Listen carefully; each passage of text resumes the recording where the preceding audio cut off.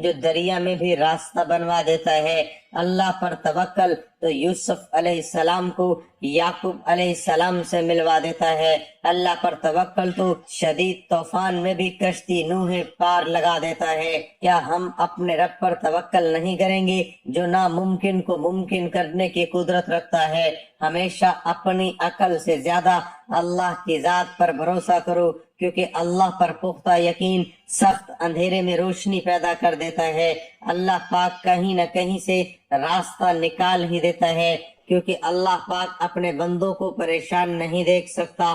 وہ تو ایسی جگہوں سے انسان کو نوازتا ہے کہ انسان تصور بھی نہیں کر سکتا۔ دعائیں معجزوں کا باعث بنتی ہیں اور رب کے حکم کن فیکون سے تقدیر بدل جایا کرتی ہے۔ بس صبر اور اللہ پر بھروسہ ضروری ہے۔ اللہ پر یقین اتنا کامل ہونا چاہیے کہ اللہ کبھی بھی دوسرا دروازہ کھولے بغیر پہلا دروازہ بند نہیں کرتا۔ اگر اللہ پر یقین پختہ ہو جائے تو معاشرے سے بہت سے گناہوں کا خاتمہ ہو جائے۔ اگر اس بات پر یقین آ جائے کہ قسمت میں لکھا ہوا رزق کسی دوسرے کے پاس نہیں جا سکتا، تو کبھی انسان دوسرے کے حق پر ڈاکہ نہ ڈالے، کبھی قتل جیسا کبیرہ گناہ نہ ہو، کبھی یتیموں کا مال ہڑپ نہ کیا جائے۔ اللہ پر یقین کرنے والے کبھی بھی زندگی کی مشکلات سے گھبرایا نہیں کرتے، زندگی میں چھائے ہوئے غموں کے بادلوں سے پریشان نہیں ہوا کرتے، کیونکہ ان کا یقین واحد و یکتا رب پر ہوتا ہے، جہاں بڑی سے بڑی مشکل بھی آسان ہو جایا کرتی ہے۔ غموں کے چھائے ہوئے بادل خوشیوں کی کرنوں میں بدل جایا کرتے ہیں۔ جب دل اللہ کی رضا پر راضی رہنے اور شکر کرنے کی عادت ڈالے تو سکون مقدر بن جاتا ہے۔ جن کا بھروسہ اللہ پر ہو ان کی منزل فلاح و کامیابی ہے۔ اس لیے آپ جب بھی کوئی بھی وظیفہ شروع کریں اس کے لیے آپ کو اپنے رب پر یقین ہونا بے حد ضروری ہے۔ اگر آپ اللہ تعالیٰ پر یقین کرتے ہوئے یہ وظیفہ کریں گے تو انشاءاللہ کامیابی آپ کا مقدر ہوگی۔ ناظرین، آپ لوگ اللہ پاک کا نام پڑھو، قرآنی آیات پڑھو، ایسا ہو ہی نہیں سکتا کہ آپ کو فائدہ نہ ہو۔ لیکن آپ لوگ ایک تو جلد بازی میں وظائف پڑھتے ہو، اوپر سے آپ لوگ بے دلی سے بے ترتیبی سے آپ کو یقین نہیں ہوتا، دلوں میں وسوسے ہوتے ہیں کہ پتہ نہیں یہ وظیفہ اثر کرے گا یا نہیں کرے گا۔ تو اس طرح نہ کرو، آپ کا وظیفہ اس طرح کرنے سے کبھی اثر نہیں کرے گا۔ تو تمام چیزوں کا خیال رکھو۔ یہ وظیفہ آپ لوگ کسی بھی دن کر سکتے ہو۔ سب لوگوں کا جو سوال ہوتا ہے کہ کس دن کرنا ہے، تو یہ وظیفہ آپ نے ہفتے کے دن کرنا ہے، آپ کی پوری زندگی کے لیے یہ وظیفہ کافی ہے۔ لیکن بہت سے لوگوں کو اس وظیفے سے فوری طور پر جب فائدہ ہوتا ہے تو وہ پھر دوبارہ بھی کرنا چاہتے ہیں۔ وہ پوچھتے ہیں کیا ہم روزانہ پڑھ سکتے ہیں؟ تو جی نہیں، آپ لوگ روزانہ نہیں پڑھ سکتے ہو، کیونکہ آپ کو دوبارہ پڑھنے کی ضرورت ہی نہیں پڑے گی۔ ایک ہی دفعہ میں آپ کی قسمت اللہ پاک نے چاہا تو بدل جائے گی۔ آج آپ کو وہ وظیفہ بتلانے لگا ہوں۔ آپ کے دکھ تکلیف، بیماریاں، پریشانیاں، بے روزگاریاں، گھروں میں جھگڑے، اولاد یا شادیوں کے مسائل، قرضوں کے مسائل، ذاتی مکان، جو کچھ آپ کی حاجتیں، مرادیں، پریشانیاں، انشاءاللہ وظیفہ پڑھتے ہی آپ لوگ اپنی آنکھوں سے غیبی طریقے سے اپنے پاس پیسوں کو پہلے تو آتے ہوئے دیکھیں گے، چاروں طرف سے آپ کے رزق کے اسباب کھل جائیں گے، رزق کے بند دروازے فوری طور پر انشاءاللہ اللہ پاک نے چاہا تو کھل جائیں گے۔ آپ کی قسمت ایسے چمکے گی کہ جو آپ کے ہاتھ سے دن آج آپ سے جل رہے ہیں، جو لوگ آج آپ کو آپ کے رشتہ دار میں، خاندان میں، دوست احباب آپ کی غریبی کا مذاق بنا رہے ہیں، آپ کو دھتکار رہے ہیں، آپ کے ایسے حالات ہیں کہ آپ نے لوگوں سے اتنا پیسہ مانگ لیا ہے، قرضے آپ نے اتنے لیے ہوئے ہیں کہ اب تو آپ کو کوئی قرضہ بھی دینے کے لیے تیار نہیں۔ لوگ آپ کو بلاک کر رہے ہیں، آپ کو دیکھ کر ایک گلی سے دوسری گلی بدل رہے ہیں کہ یہ سامنے سے آ رہا ہے، یہ پھر کچھ نہ کچھ مانگے۔ تو ایسے حالات ہیں آپ کے کہ آپ بالکل قرض دار بن چکے ہو، آپ کی حالت بالکل خراب ہو چکی ہے۔ تو آپ فوری طور پر اس وظیفے کو پڑھیں۔ آپ دنیا کے جس کونے میں موجود ہیں، اپنی پریشانیوں میں ہیں، دکھ تکلیف بیماریوں میں ہیں، تو یہ وظیفہ آپ کر لیں۔ ناظرین، وظیفہ پڑھنے سے پہلے سکون سے بیٹھ جائیں۔ آپ لوگ اس وظیفے کو پڑھنے سے پہلے جب سکون سے بیٹھ جاؤ، سکون سے بیٹھ کر ایک مرتبہ درود پاک پڑھ لینا، صرف ایک مرتبہ۔ سب سے پہلے وظیفہ شروع کرنے سے پہلے جو آپ کو کام کرنا ہے، ایک مرتبہ جب درود پاک پڑھ لیں، 3 وظائف پڑھنے ہیں۔ درود پاک پڑھنے کے بعد تینوں وظائف اتنے آسان ہیں، جو لوگ بالکل ان پڑھ ہیں، بالکل جن کو ایک لفظ بھی پڑھنا نہیں آتا، ایسے کئی بہن بھائی آتے ہیں کہ ہمیں آسان وظائف بتائیں، ہمیں پڑھنا نہیں آتا، تو وہ بھی آج کا وظیفہ سن لیں۔ ایک مرتبہ جب درود پاک پڑھ لیں تو 3 وظائف پڑھنے ہیں۔ درود پاک ایک مرتبہ کوئی سا بھی، صلی اللہ علیہ وآلہ وسلم، یہ صلی اللہ علی محمد یا درود ابراہیمی، چاہے تو درود پاک آپ کو پڑھنا ہو، آپ لوگ ایک مرتبہ درود پاک پڑھ لیں، ایک مرتبہ میرے ساتھ بھی پڑھ لیں تاکہ ثواب ہو۔ اللہم صلی علی محمد وعلی آل محمد كما صليت على إبراهيم وعلى آل إبراهيم إنك حميد مجيد اللهم بارك على محمد وعلى آل محمد كما باركت على إبراهيم وعلى آل إبراهيم إنك حميد مجيد۔ درود پاک پڑھنے کے بعد سب سے پہلے آپ اس وظیفے کو پڑھیں۔ اس وظیفے سے انشاءاللہ فوری طور پر آپ کے مسائل آپ خود اپنی آنکھوں سے حل ہوتے ہوئے دیکھیں گے۔ اب درود پاک پڑھنے کے بعد آپ کو جو پہلا وظیفہ پڑھنا ہے، اس وظیفے کے لیے تسبیح اپنے ہاتھوں میں پکڑ لیں، تسبیح نہ ہو تو سیدھے ہاتھ پر پڑھنا شروع کر دیں، صرف 3 مرتبہ۔ آج کا جو عمل ہے، پہلا وظیفہ ان اللہ علی کل شیء قدیر، صرف 3 مرتبہ آپ کو یہ وظیفہ پڑھ لینا ہے۔ 3 مرتبہ جب اس وظیفے کو پڑھ لیں تو دوسرے نمبر پر آپ کو جو وظیفہ، یہ دونوں اسم، دونوں وظائف ملا کر پڑھیں گے تو 1 شمار ہوگا۔ کس طرح پڑھیں گے؟ تسبیح کے دانوں پر پڑھ لیں یا ہاتھ کی انگلیوں پر پڑھ لیں۔ یہ وظیفہ یا حی یا قیوم کا ہے، آپ لوگوں کو 7 مرتبہ پڑھ لینا ہے۔ دونوں وظائف کو ملا کر پڑھیں گے تو 1 شمار ہوگا۔ اسی طرح آپ کو 7 مرتبہ یا حی یا قیوم کا وظیفہ پڑھ لینا ہے۔ اس کے بعد تیسرا وظیفہ سورۃ کوثر کا ہے۔ سورۃ کوثر 11 مرتبہ آپ نے پڑھنا ہے، اور آخری وظیفہ جو آپ کو پڑھنا ہے وہ ایک تسبیح ہے جو اللہ تعالیٰ کو بہت عزیز ہے، وہ ہے سبحان اللہ و بحمدہ سبحان اللہ العظیم۔ انعامات میں سے ایک انعام یہ تسبیح ہے۔ تسبیح کہتے ہیں اللہ تعالیٰ کی شان اور پاکی بیان کرنے کو۔ سبحان اللہ العظیم وغیرہ تسبیح اللہ تعالیٰ کا وہ ذکر ہے جس کی سلطنت 7 آسمانوں کے اوپر تک پھیلی ہوئی ہے، اور قرآن عظیم الشان کی 7 مبارک صورتوں کا آغاز تسبیح سے ہوتا ہے۔ سبح للہ ما فی السماوات و ما فی الارض وغیرہ۔ حضرت سیدنا نوح علیہ السلام نے اپنے بیٹے کو تسبیح کی تاکید فرمائی کہ بیٹا سبحان اللہ و بحمدہ کو ہمیشہ ہی لازم پکڑنا، یہ وہ کلمہ ہے جس کی برکت سے تمام مخلوق کو رزق ملتے ہیں۔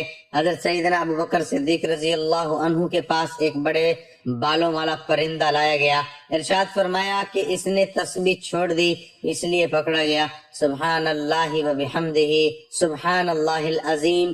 تسبیح میں گناہوں کی پاکی بھی ہے، صرف 100 بار سبحان اللہ و بحمدہ پڑھا جائے، سمندر کی جھاگ کے برابر گناہ معاف ہو جاتے ہیں۔ تسبیح میں جنت کی آبادی بھی ہے کہ ایک بار سبحان اللہ پڑھنے سے جنت میں اپنی ملکیت کا ایک درخت لگ جاتا ہے، درخت بھی معمولی نہیں بلکہ صدیوں کی مسافت تک پھیلا ہوا۔ تسبیح میں حشر کے دن کا سامان بھی ہے، ارشاد فرمایا کہ سبحان اللہ آدھے میزان کو بھر دیتا ہے اور باقی کو الحمدللہ بھر دیتا ہے۔